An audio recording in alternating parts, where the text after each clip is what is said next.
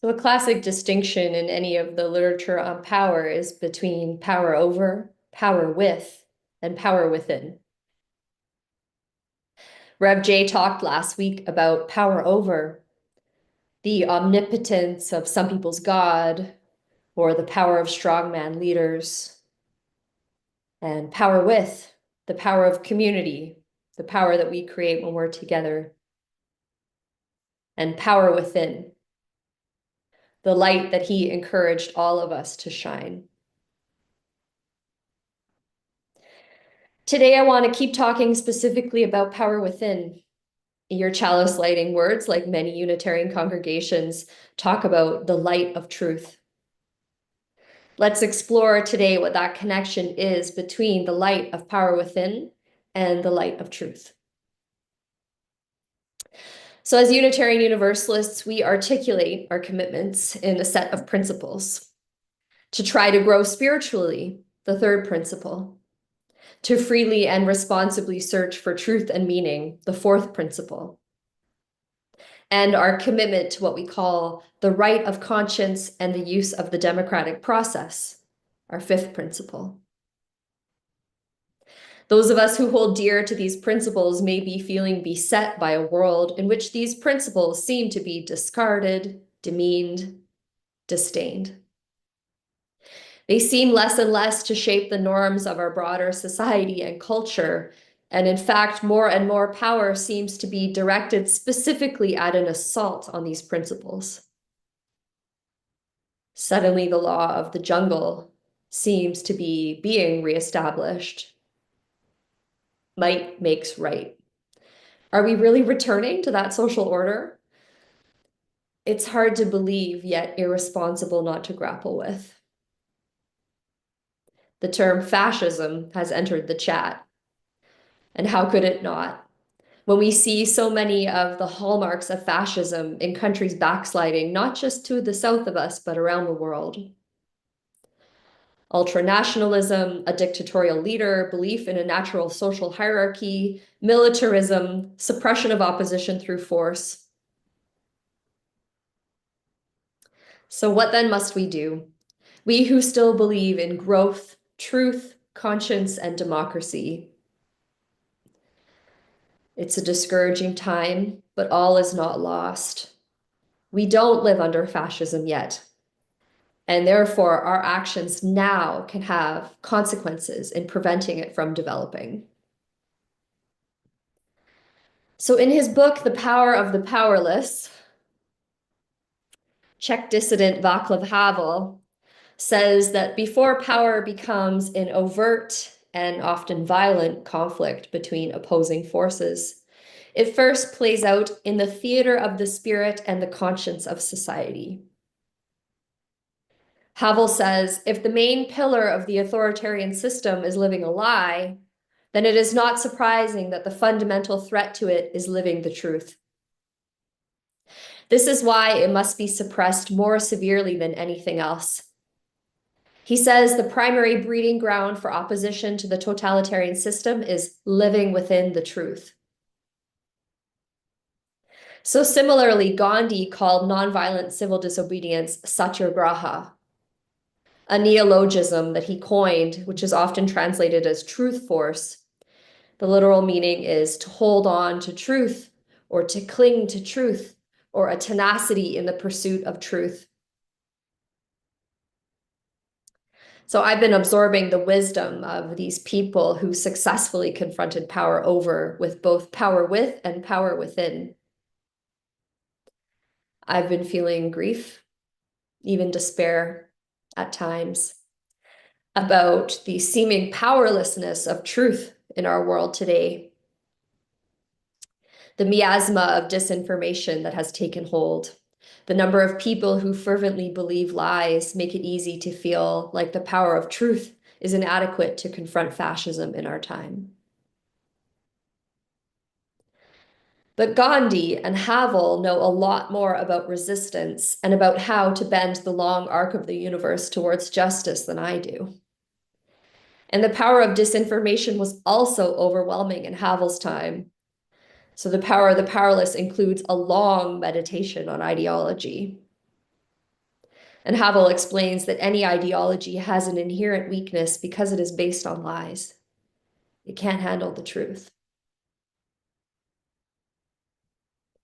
So Donald Trump isn't just fighting us through traditional politics, he's also fighting us through affective politics, through emotional manipulation, through his control of the media and his ability to create a parallel information ecosystem.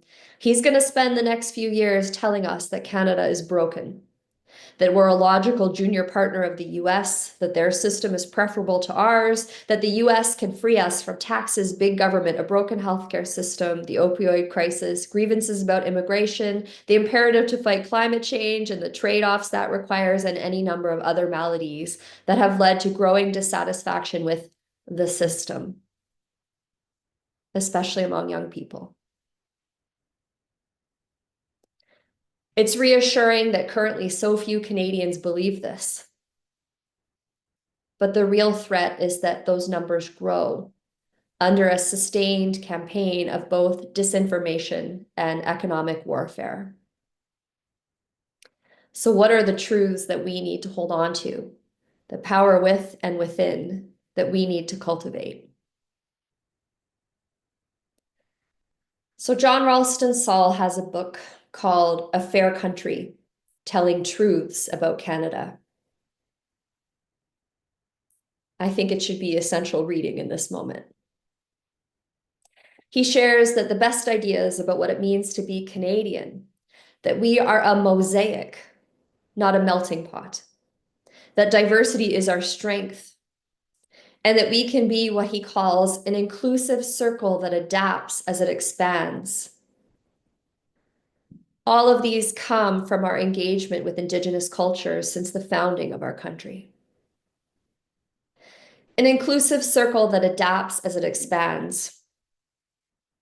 Right now, we may feel more like circled wagons than an inclusive circle as we face the intensity of the threat on our southern border. But what's crucial right now is to remember exactly what makes that border worth defending in the first place. So in measures of power over, like military spending, we consistently rank lower than our American neighbors. I grew up in a time when there was a serious hysteria about the brain drain.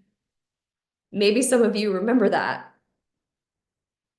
I can vividly remember my conservative uncle's inferiority complex about our higher taxes and stronger welfare state, and his very real fear that Canada would fall further behind. Yet from that time, the 1990s, until now, we have consistently outpaced the US in measures of actual well-being, like life expectancy, infant mortality, or income inequality. So in Rutger Bregman's work on power, he explains how having less power can make you less confident. It can make you hesitant to voice an opinion. He says such feelings of uncertainty are convenient for those in power. Censorship becomes unnecessary because people silence themselves. How do we tell truths about our Canadian identity in ways that will give us the power with and the power within, not just to preserve our sovereignty, but to actually realize the Canadian dream? So in the 90s, I just can't recall truth or reconciliation with Indigenous people or respect for the immense contribution of their worldview being part of the conversation. It was all brain drain and trickle down. And we recovered from that particular miasma with a focus on how we can understand the truth of our unique history that includes both Tommy Douglas and Medicare and the horror of residential schools, and what that means for us today. Jody Wilson-Raybould writes in The Star, Indigenous peoples have been confronted with Trump-like leaders for centuries. They typically come in the form of Canadian government leaders and officials, and before that, the British Crown. For Indigenous peoples, the current hostile rhetoric of Canada becoming the 51st state, the suggestion that borders be redrawn, and that the economic interests of America must come first, echoes through hundreds of years of colonization. For Indigenous peoples, it is nothing new. It is simply an emperor in new clothing. In the face of efforts to eradicate us and our ways of life, we learned how to advocate and push back on intrusion into our lives, use public institutions and systems as a defense against a hostile state, build allies and alliances to bolster strength, and to maintain and adapt our systems of government and law. We also did these things with a focus on building consensus of approach, recognizing the importance and power of unity and our interconnection, all of which are values and practices we must all be upholding right now. And if you want to read the entire piece, again, it's in the Star.